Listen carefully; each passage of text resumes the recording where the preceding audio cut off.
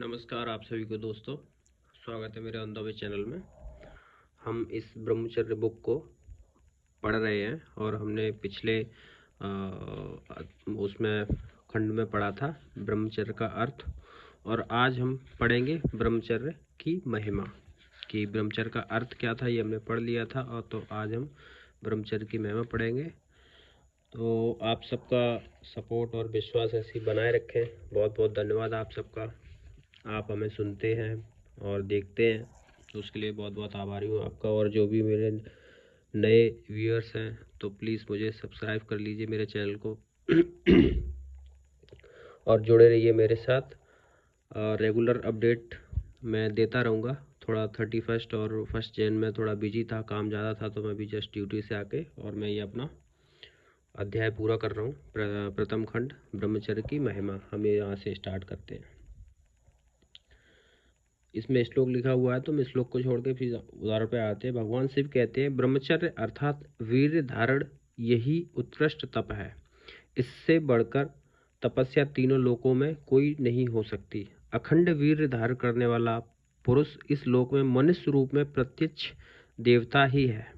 ब्रह्मचर्य की महिमा इतनी महान है कि उसका पूर्ण वर्णन शब्दों में कर पाना संभव नहीं है। इसकी महत्ता को जितना कहा जाए उतना कम है। यह एक ऐसा दिव्य व्रत है जिसकी गूंज वेदों, उपनिषदों और महान ऋषियों के जीवन में स्पष्ट सुनाई देती है। परंतु दुर्भाग्यवश आज का समाज इस पवित्र व्रत को लगभग विस्मृत कर चुका है। ब्रह्मचर्य जीवन ही वास्तविक पुरुषार्थमय जीवन है। यह न केवल आत्मविश्वास की दिशा में प्रथम कदम है, बल्कि जीवन की लौकिक और पारलौकिक उन्नति का मूल आधार भी है। ब्रह्मचर्य के बिना न नैतिकता की स्थापना संभव है, न आत्मशुद्धि और न ही मोक्ष की प्राप्ति। ब्रह्मचर्य ही वह दुर्लभ आंतरिक शक्ति है जो मनुष्य को षड अंत विकारों काम, क्रोध, मोह, लोभ, मोह, मद, मत्सर जैसे भीतरी शत्रुओं के विजयी बनाती है। यह एक ऐसा रक्षा कवच है जो साधक को हर प्रकार के मानसिक और आत्मिक पतन से बचाता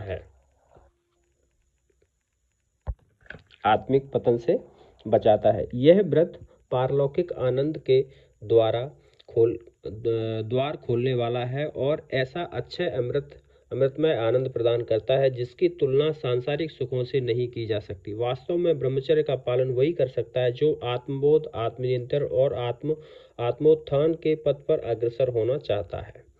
हनुमान जी महाराज इतने बड़े महावीर कैसे बने? उन्होंने अपने इस ब्रह्मचर्य रूपी शस्त्र के द्वारा ही द्वितीय बल तथा शौर्य प्राप्त किया।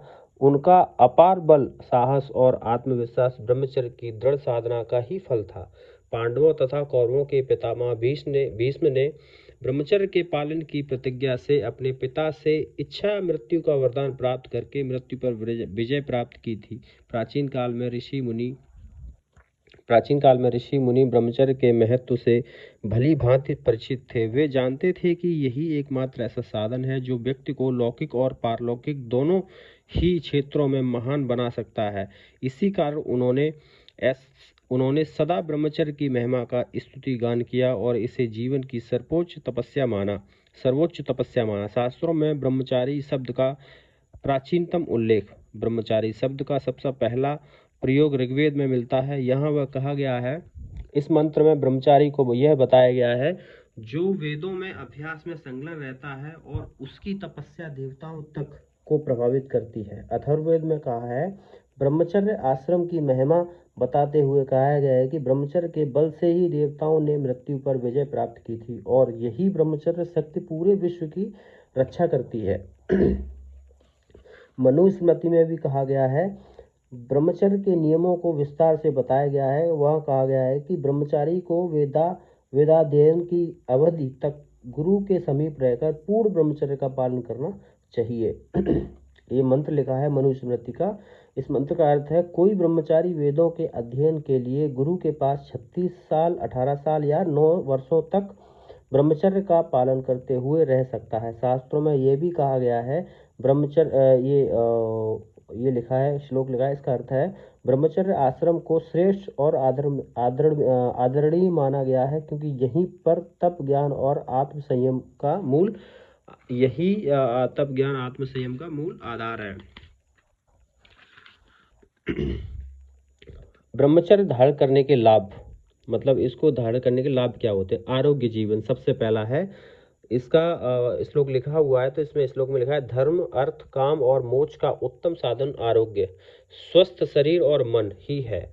अगर शरीर स्वस्थ नहीं है तो न धर्म का पालन संभव है, न धन कमाया जा सकता है, न सुख भोगे जा सकते हैं और न ही मोक्ष की ओर बढ़ा जा सकता है। इसलिए कहा गया है कि स्वास्थ्य ही जीवन के सभी लक्ष्यों की सर्वोत्तम नींव है। ब्रह्मचर्य से ही प्रचुर धन प्राप्त किया जा सकता है। व्यभिचारी पुरुषों का भौतिक धन नष्ट हो सकता है, किंतु ब्रह्मचारी अपनी दृढ़ नियम निष्ठा से जो अलौकिक धन इकट्ठा करता है वह कभी समाप्त नहीं होता। अब इसमें नीचे श्लोक के नीचे उदाहरण दिया गया है, जिस मनुष्य के तीनों दोष वात कफ और पित्त, अग्नि मतलब जठाग्नि, धातु, रस, रक्त, मांस, मेदा, अस्थि, मज्जा और वीर्य, मल और मूल आदि उचित अवस्था में हो, उसकी आत्मा, इंद्रिय और मन प्रसन्न तथा अपने अपने कार्यों में लगे हों, वह पुरुष स्वस्थ कहलाता है।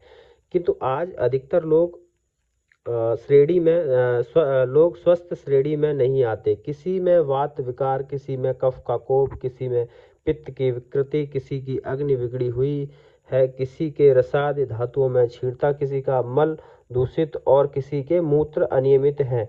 इन सब बुरे लक्षणों का एकमात्र कारण ब्रह्मचर्य का अभाव है। एक वीर्य क्षय से अनेक दुर्गुण उत्पन्न हो जाते हैं, इसलिए जहाँ ब्रह्मचर्य नहीं वहाँ स्वास्थ्य नहीं।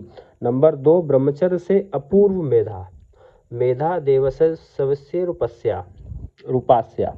मेधा वह शारीरिक शक्ति है जिसकी सभी विद्वान लोग उपासना करते हैं। मेधा दिव्या वरा शक्ति ब्रह्मचर्येण गृह्णन्ते। मेधा वह पवित्र और श्रेष्ठ शक्ति है जो वीर रक्षणा से ग्रहण की जाती है। मेधा वास्तव में ईश्वरीय शक्ति है, इसके बिना सब व्यर्थ है। इस मनुष्य शरीर में वास्तविक मस्तिष्क सबसे श्रेष्ठ माना गया है। वह मेधा शक्ति इसी विहार क्षेत्र में विचरण करती है। ब्रह्मचारी पुरुषों की मेधा अत्यंत तीव्र होती है, उनके मस्तिष्क में सदैव उन्नत विचार प्रवाह प्रभावित होता रहता है। वीर रक्षा से मस्तिष्क बहुत प्रबल हो जाता है। नंबर 3 है ब्रह्मचर्य से दीर्घायु, मतलब ब्रह्मचर्य से उम्र का बड़ा होना।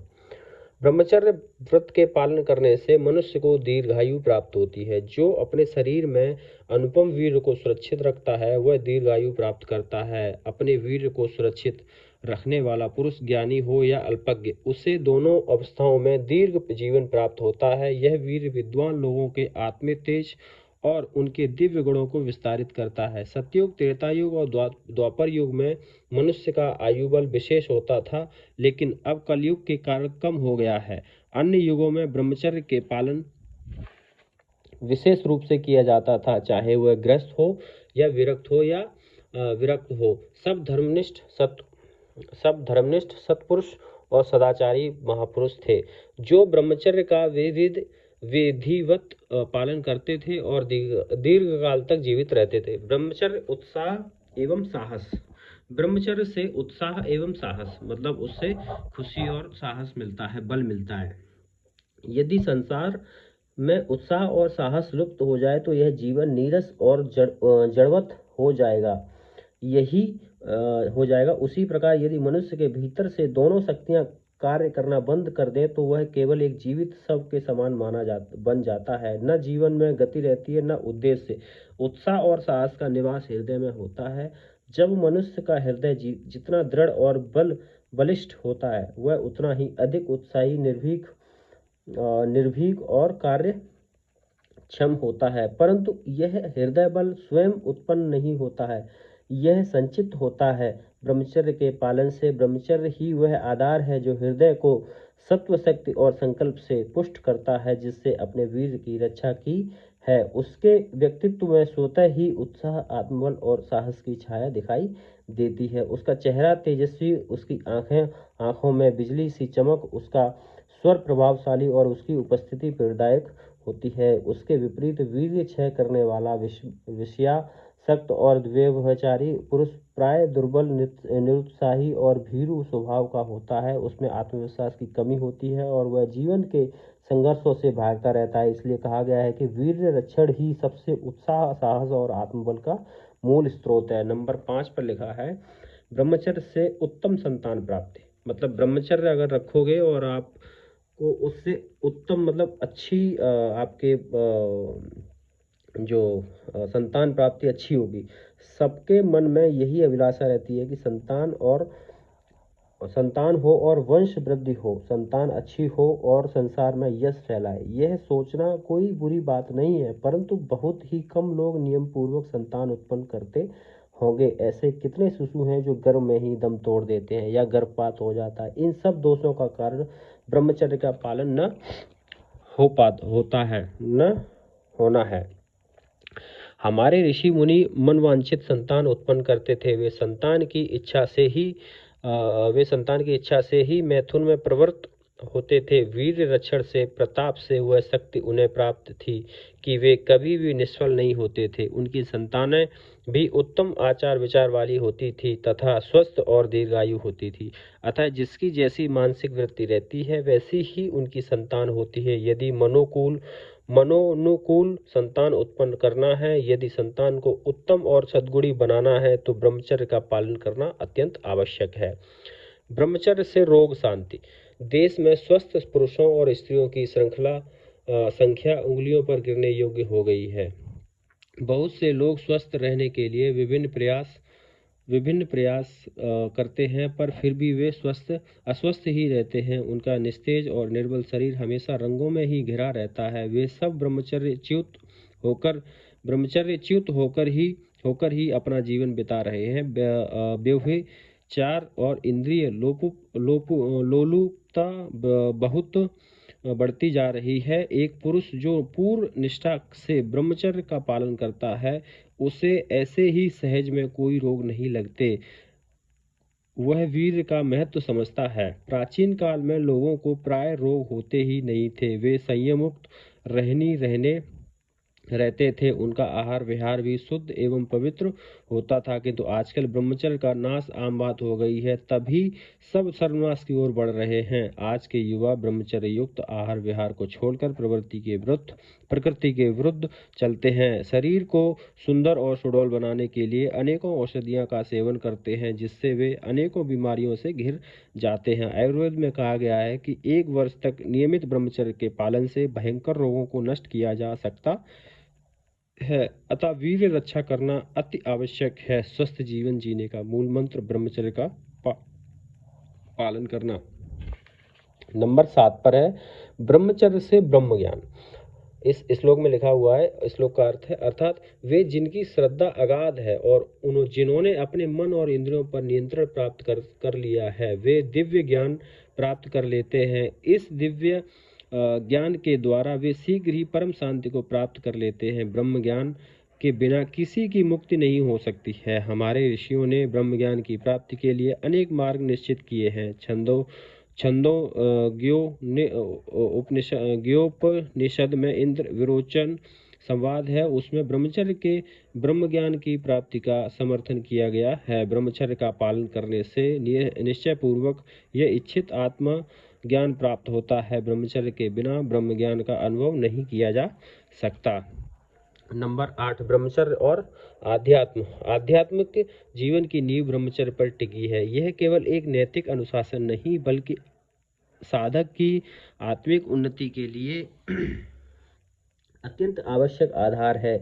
यदि कोई व्यक्ति ब्रह्मचर्य का पालन नहीं करता है तो वह गहरे और स्थायी आध्यात्मिक अनुभवों को प्राप्त नहीं कर सकता। ब्रह्मचर्य का अर्थ केवल शारीरिक संयम नहीं है, बल्कि विचार, वाणी और व्यवहार में भी पवित्रता नियंत्रण रखना है। यह इंद्रियों की दिशा को भीतर की ओर मोड़ने की कला है, जहाँ ऊर्जा विखरती नहीं बल्कि आत्म साक्षात्कार की दिशा में केंद्रित होती है। इंद्रिय संयम अर्थात इंद्रियों को अपने नियंत्रण में रखना अध्यात्म का मेरुदंड है। ठीक वैसे ही जैसे शरीर के लिए रीढ़ की हड्डी आवश्यक होती है, इसके बिना साधक स्थिर नहीं हो सकता, जो व्यक्ति ब्रह्मचर्य का दृढ़तापूर्वक पालन करता है वही अपनी आंतरिक शक्ति को जागृत कर पाता है, योग के मार्ग पर सच्ची प्रगति कर सकता है। ऐसा व्यक्ति ही एक सच्चा योगी बन सकता है, क्योंकि योग का मूल तत्व ही आत्मनियंत्रण और पवित्रता है।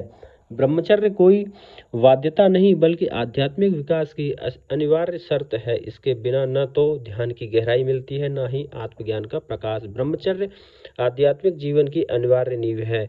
एक सच्चा ब्रह्मचारी ही वास्तविक रूप से भक्ति का विकास कर सकता है, आत्मज्ञान अर्जित कर सकता है और योगाभ्यास में सिद्धि प्राप्त कर सकता है। अष्टांग योग का पहला चरण यम है और यमों में ब्रह्मचर्य का विशेष स्थान है।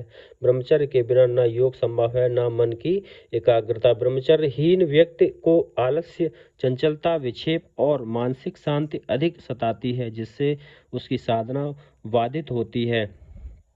अहिंसा, सत्य, अस्तेय, ब्रह्मचर्य और उपग्रही, ये पांच यम है। ये जीवन के नैतिक और आध्यात्मिक अनुशासन के आधार स्तंभ हैं। इनमें ब्रह्मचर्य का स्थान विशेष रूप से महत्वपूर्ण है, क्योंकि यही साधक के भीतर आत्मबल और दिव्य ऊर्जा को चिंतन करने का साधन बनाता है। जो साधक आत्म साक्षात्कार की ओर अग्रसर होना चाहता है उसे ब्रह्मचर्य का पालन अत्यंत दृढ़ता से करना चाहिए। इसके लिए आवश्यक है कि वह कामोत्तेजक वस्तुओं, दृश्यों, श्रवण, पठन या मानसिक कल्पनाओं से स्वयं को पूर्णतः बचाए। साथ ही स्त्रियों तथा स्त्री मोह में पड़े पुरुषों का संग भी ब्रह्मचर्य के लिए बाधक माना गया है। अतः ऐसे संसर्ग से भी दूर रहना चाहिए, संपर्क से भी दूर रहना चाहिए। अर्थात जब ब्रह्मचर्य पूर्णतः स्थिर और दृढ़ हो जाता है तब साधक में असाधारण शक्ति का उदय होता है। उसकी मानसिक, बौद्धिक, शारीरिक और आत्मिक शक्तियां जागृत हो जाती हैं। वह सामान्य जनों की तुलना में किसी भी क्षेत्र के उत्कृष्ट सिद्ध होता है। इसी संदर्भ में महर्षि पतंजलि आगे कहते हैं, तपस्या द्वारा, जिसमें व्रत, उपासना और इंद्रिय निग्रह सम्मिलित है, शरीर और इंद्रिय के दोषों का क्षय होता है। परिणाम स्वरूप योगी का शरीर शुद्ध, स्वस्थ, हल्का और सिद्ध होता है। ये भी स्पष्ट रूप से बताता है कि ब्रह्मचर्य और तप ही योग की सच्ची नींव है। तो ये ब्रह्मचर्य का महत्व है। ठीक है, 8 उसमें बताया गया है। ब्रह्मचर्य का आध्यात्म, ब्रह्मचर्य से महाज्ञान, और ब्रह्मचर्य से रोग भी नहीं होता है। ब्रह्मचर्य से एक अच्छी संतान की प्राप्ति होती है, जो यश आपका वो करता है, नाम रोशन करता है। ब्रह्मचर्य से उत्साह एवं साहस, बल और बुद्धि दोनों मिलती है। बल, बुद्धि और हंसी खुशी दोनों मिलती है। ब्रह्मचर्य से लंबी उम्र होती है। ब्रह्मचर्य से अपूर्व मेघा, मतलब ईश्वरीय शक्ति जिसको बोलते हैं तीव्र होती है। और इसमें है पहला नंबर आरोग्य जीवन। इससे कोई बीमारियां भी नहीं होती हैं अगर 1 साल तक हम इसका वो करते हैं तो, रोक पाते हैं तो, 1 साल तक इसको करते हैं तो। अब अगला खंड है, खंड 1 में ही है दूसरा वो